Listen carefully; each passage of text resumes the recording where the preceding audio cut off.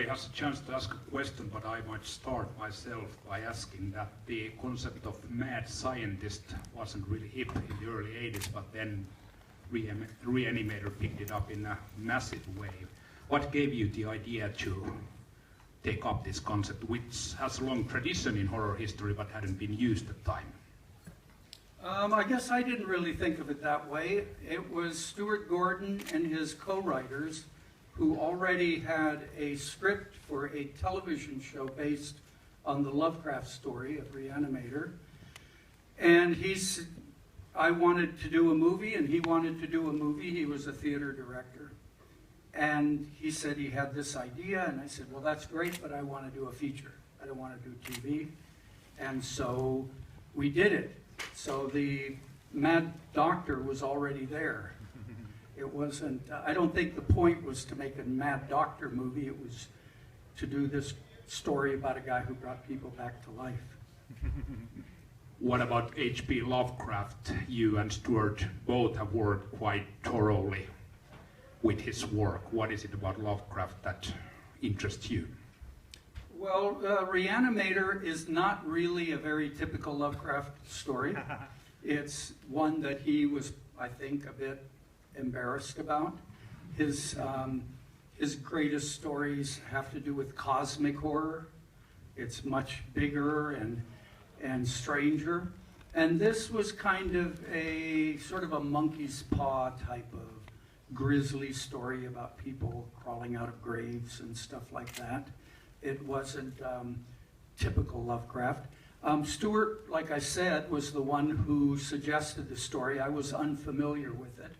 And although I was familiar with Lovecraft, in my teens I read him, but I didn't care much for it. He was very difficult to read, and seems like whenever anything was really getting good, the hero would faint, and you wouldn't get to see it. And so it wasn't something that really attracted me. But after we made Re-Animator, then we were going to make another Lovecraft. So then Stuart said, let's do Shadow over Innsmouth, which I then called Dagon, because it was that's the name of another Lovecraft story, but it's a better title, I think. And then I started reading all the Lovecraft, because then we had the opportunity to make another movie. Shadow over Innsmouth never interested anybody because of the fish people, which I thought was a good idea, but many people don't think it's scary. And it took, I don't know, 20 years before we got to make Shadow over Innsmouth as Dagon. And so we looked for other stories, and I read many, many of them, and then decided that we could do maybe the Dreams in the Witch House, or we could do From Beyond. And then since From Beyond had the machine, kind of seemed more cinematic, and so we did From Beyond. But that is, Re-Animator is what got me into Lovecraft, like many people. Anyone with a question, please raise your hand. There. Parvan. Yes, I was wondering, what do you think happened to Herbert West? What is his fate? He came back. He's been in 3 pictures and he simply just disappears, he just vanishes. It's all about financing, isn't it? We had some other features, and I had stories that take place in between the features. For example, I really wanted to, in a film, have the trial of Herbert West, where Dan Kane witnesses against him. And there was one movie that we thought we had financed once that Stuart was going to direct called House of Re-Animator, in which Herbert West is in the White House. And then I have a project called Re-Animator Unbound, which tells the end of Herbert West. And he ends up working, he's sort of like a Dr. Moreau story. He's on an island, and he finally got all the lab money he needs. He has even a Hadron Collider on the island. And the patience. Huh? And the patience. Oh, no, better than that. He ends up, he's working for the Black Ops, working for the military, secret military, and he is making reanimated weapons for them. But on his own, he's doing his own work. And the movie begins with the island is, people are running away, there's strange storms, and a team is going in. But that's the ending of Beyond Re-Animator. Yeah, and that would be the end of West, because at the end, that's when Dan Cain goes back and he's going to kill West. So they fight at the end while Dan Cain's daughter has a nuclear strike called on her. So they can't survive, and she becomes the she-animator. Thank you. More questions? So how did you end up this excellent music, and was it very easy to find the right score for the movie? So are you being ironic? You know, there's quite a lot of criticism of Richard Band for being very, making such an homage to Bernard Herrmann's Psycho on the music. I didn't know about it when it happened because Psycho wasn't on VHS then, and I had no idea. It is very, very similar to Psycho, but Richard Band is really, really good at what we call spotting music, which means where do you put the music? Where do you begin the music and where do you stop it within the scenes? And this is something that if you pay attention to the music in movies, you will see how rare it is that the music really tells a story for you, that really is part of the narrative. And I think that was Richard Band's great, that's one of his great talents. The music in Re-Animator was actually recorded in Rome with the Rome Philharmonic because this was my first movie as a producer, and I wanted the movie to sound like a real movie and look like a real movie, and I didn't want any of this back then so-called synthesizer score, which often were quite poor. And but what Richard did so well, his theory, what he told me was that the music should tell the audience how to feel when they're watching the movie. So for example, if it's something scary, the movie should tell you to feel suspenseful. And he asked me when he was beginning, he said, you know, he did a movie called Dr. Jekyll and Mrs. Hype or something. And he said it was kind of a comedic movie, but they wanted to play it very straight. And he said, can some of the music be humorous? And I said, I guess, I don't know. I was an amateur.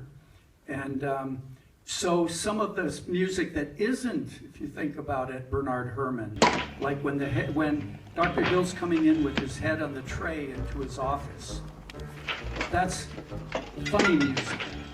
Well, if it wasn't played funny, you would be uncomfortable in the audience because you'd think, this is stupid. Why? Are they really taking this seriously? But when the music tells you you could laugh, then you accept it. And I think that's one of the, I think Richard really understands that. And the musical themes are used in a very sophisticated way, I think. If it works, you just go, wow, that was a good movie.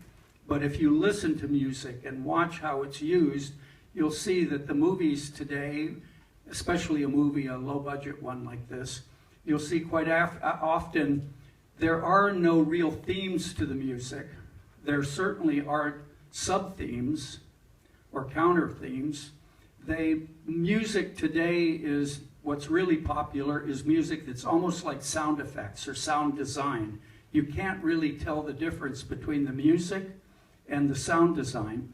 And it becomes more of a backdrop that maybe gives you some tension in the action scenes, but doesn't really take a chance on having a narrative a narrative capability. On very big movies, especially some, on big successful movies, very often the music will be quite sophisticated.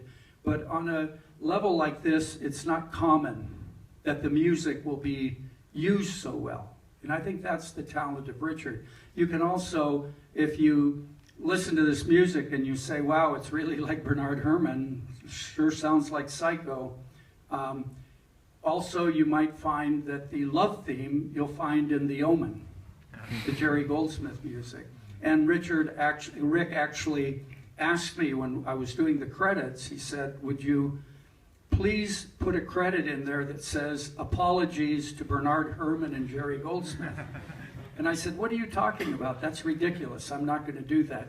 Of course, after I realized how similar the music was, I felt bad about not having done it because because then he wouldn't have been seen by so many people as having tried to slip something in.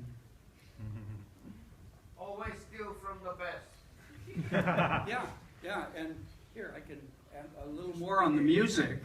That made me interested in film music and scores, and I collect soundtracks, especially genre ones.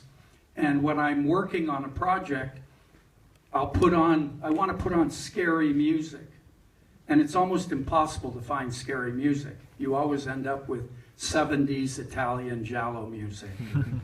You put on The Exorcist, but almost no. If you really listen to the movie music, and if you listen to horror movies, you'll find almost never does the music, if you take it out of the movie, is it at all scary. So I listened to a lot, and I found I have a movie coming up on Saturday called Necronomicon. I think you saw the trailer. Has its own kind of attractions and delights.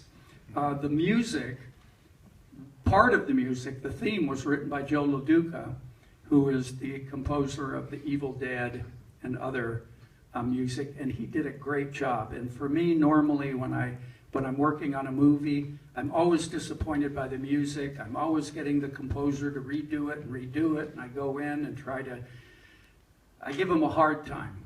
And it's always a big struggle for me to get the music to work. And with Necronomicon, the music was great, and I was just so surprised. I was like, wow, finally, this is great. This is a great theme.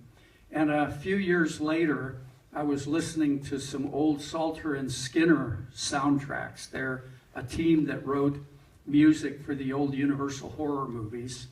And I found that same theme on The Daughter of Dracula. So, back in those days, they would reuse music very often. And nobody ever thought the music would ever be listened to again.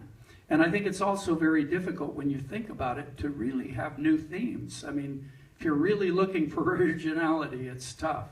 So it is, and I even found in Sunset Boulevard, a cue in Sunset Boulevard that predated Psycho that Bernard Herrmann used in Psycho. So if you really listen, you can find good places to steal. Gentleman in the back. About the remixing stuff, so is there a Re-Animator 4 coming? And what's your opinion on the modern remake trend that's been going on? Well, I'd love to remake Re-Animator, and I've tried.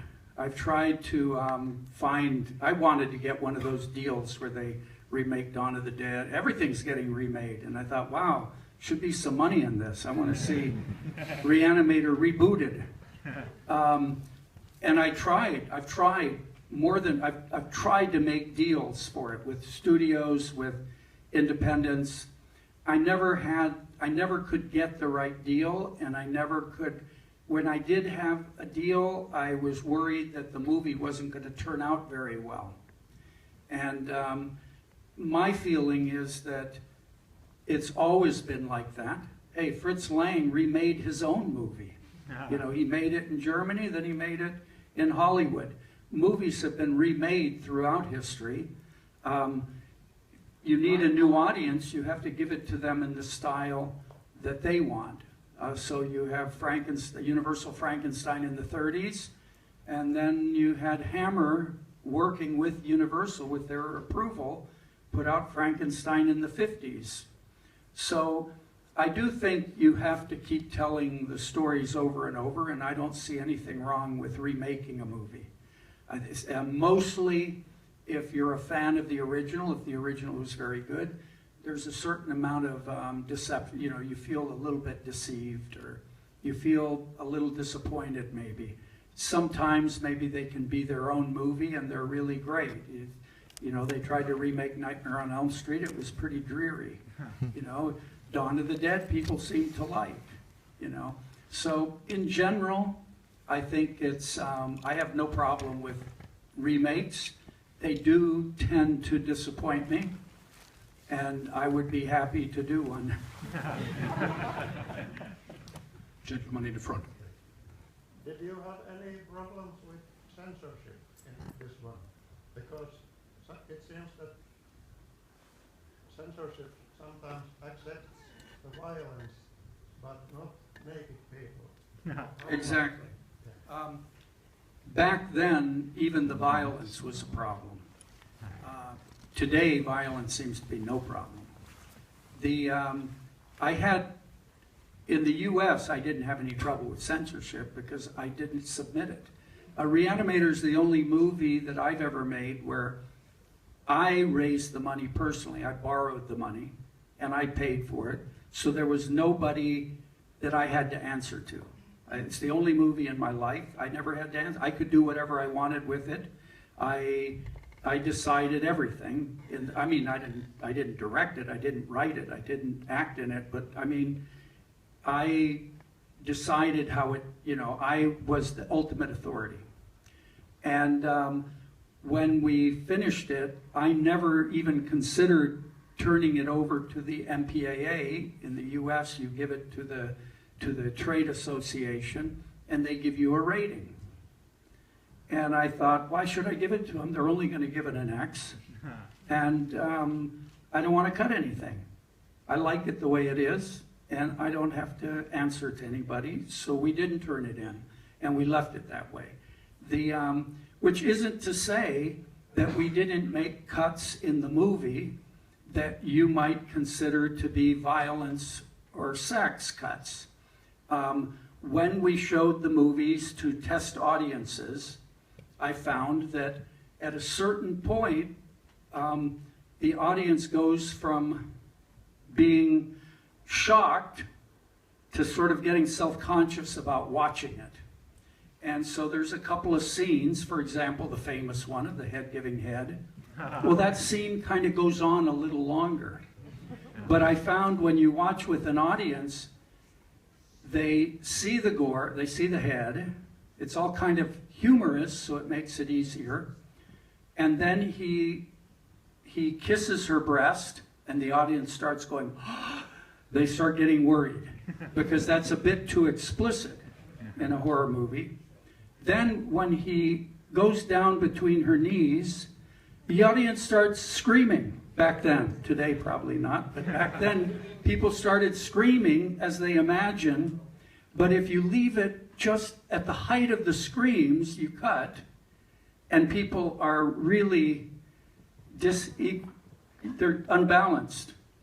But if you let it go a little longer, a lot of people start thinking, what am I watching this for? Is this in good taste? You know. So I think you always have to cut at that point. Another example is when the professor, Dr. Hill, is making the class, and he cuts the head, the skull off, and pulls out the brain, forgetting how completely unrealistic that brain is. I've never seen a brain like that. But there's lots more footage of that. Oh, he cuts it. But when you show it to an audience, it quits being fun. It starts just being, you know, you start losing the audience. A lot of people, I mean, some people will just watch more and more of everything. But I'm talking about a general audience. They start, I think it's really important that you cut when you get the best reaction. You don't just put it for no good reason. And I think that's what that's what editors always say about movies anyway, is they always say begin the scene as late as you can and end the scene as soon as you can. You should get to the highest point of the scene and cut, because that throws you forward. It keeps the audience involved. And I know for me, I'm mostly bored in movies, even genre movies, horror movies. I go, come on, let's go, you know, because I always think if the audience gets bored for 1 second, 2 seconds, today they'll take out their phone. You know, back then, at least you start thinking about something else, and it's really hard to get back into the movie. So I think not just from a horror or a violence or a sexual point of view, I think you have to get to the highest point you can and then try to move on. So it's not like we didn't do any cuts, but it still would have been too much for the censors, for the MPAA. They would say, oh, you can't have that scene and all this stuff. So we didn't do it. What it meant in the US at that time was that you couldn't advertise on TV, say, because it was unrated. So they would just give it an X if it was unrated. That means it's porno. And in the newspaper, we couldn't show any pictures from the poster. We had to put just words. So it does it, and some multiplexes, they won't show it because it's unrated. Kids are always sneaking into other movies. So it's one thing if they sneak into a R-rated movie, but if they sneak into an X-rated, then the theater can get in trouble from the parents. So it does hold back the marketing of the movie. You get less money. But for me, I just didn't know any better, and I said, no, I want the movie to be like that. When it was sold to video, then they started making a so-called R-rated and TV version. And in the R-rated and TV version, this version is 86 minutes with credits, but the cut version is 96 minutes.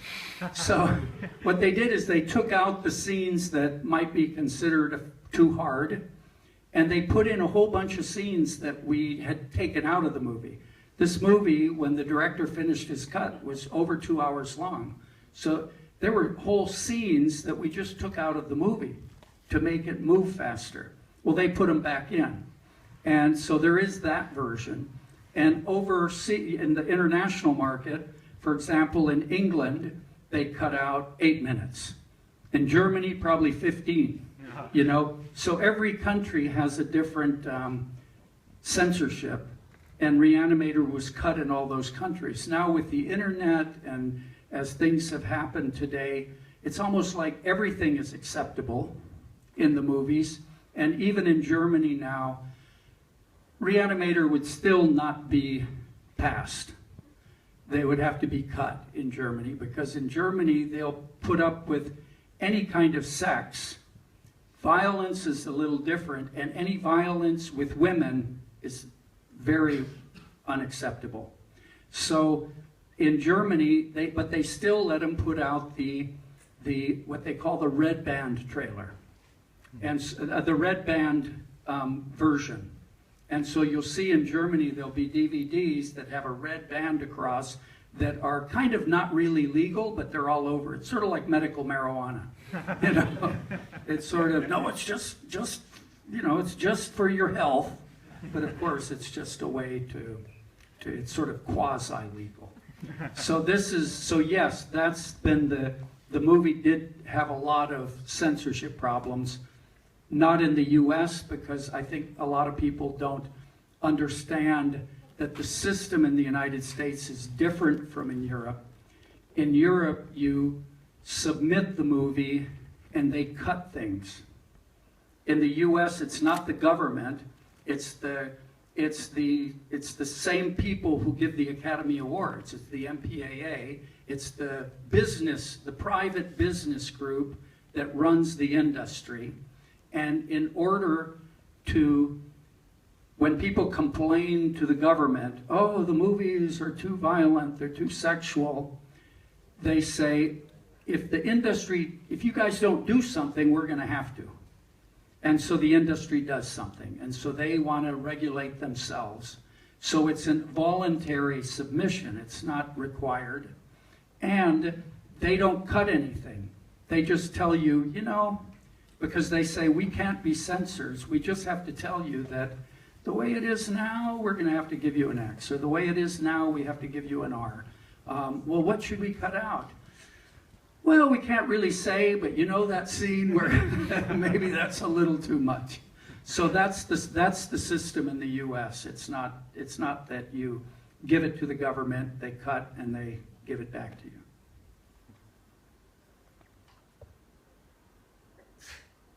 I was wondering if you were here on the different of your movies, and also it always bothered me that it was a really big thing about the 6 to 12 minutes the brain death, but the Herbert West talked about the bodies being fresh. So it kind of defeats the purpose of the brain death. The what? The brain death? Yeah.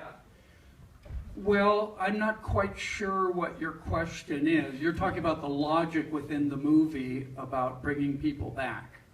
Yeah. And they have to be very fresh, and according to Dr. Hill, and according to normal medical theory, 6 to 12 minutes is as long as the brain can survive without oxygen, Yeah. without the heart pumping. Yeah, but West was talking about exceeding that limit. But he was then asking about, talking about the bodies not being fresh enough.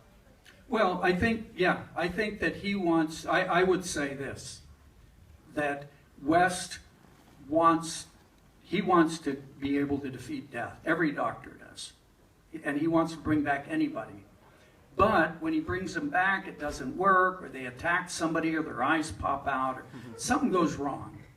So he says, well, what's the problem? Oh, I guess the dose was wrong, or it wasn't fresh enough. And in the stories, if you've ever read the stories, he even gets crazy enough that he actually kills somebody so he'll have them very fresh. In Bride of Re-Animator, the sequel, we tried to use all the parts of the original stories that we hadn't used in the first one. And so we did use that idea, that he kills somebody so we can have a very fresh subject. In the third movie, Re-Animator, Beyond Re-Animator, there's a new idea that's not in Lovecraft, that is that when you die, you lose so many grams of weight. That's a scientific fact. I guess you lose 21 grams or something. And Wes, while he's in prison, discovers that when something dies, they lose these grams because what leaves them is what he calls nanoplasmic energy, which tells the cells how to grow. So you quit growing when you're dead. Because there's a good question for anybody who's interested in zombie movies or Re-Animator or Living Dead. It's what's so bad about being brought back to life?